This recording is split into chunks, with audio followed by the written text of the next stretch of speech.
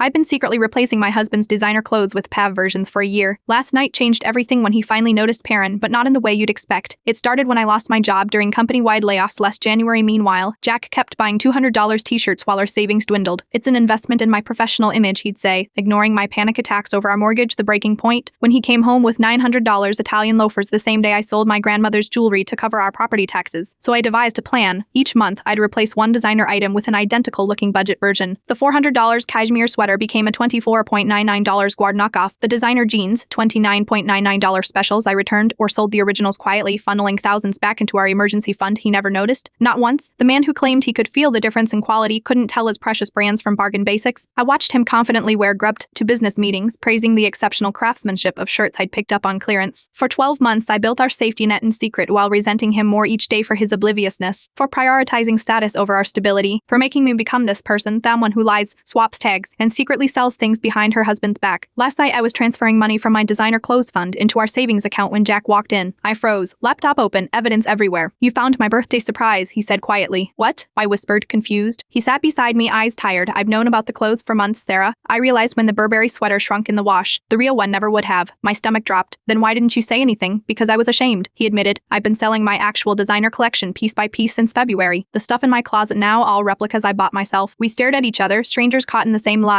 "I got into debt before we met," he confessed. "The designer obsession was trying to prove I'd made it. When you lost your job, I started secretly selling everything to build our savings, but I couldn't admit I'd been so irresponsible. I laughed until I cried. So we've both been replacing your clothes with fakes and hiding money for a year." He nodded, reaching for my hand, and neither of us trusted the other enough to just talk about it. This morning we emptied our closets together, laying out the evidence of our mashed deceptions: pawned fake watches, counterfeit shoes, bargain replacements we'd each secretly purchased. $30,000 saved between us through elaborate lies we thought we needed to tell. We're starting couples therapy next week. But first we're going shopping at nothing together with a budget. Because sometimes the most valuable thing isn't what's in your closet. Pretend that's having someone who sees through your disguises and loves you anyway.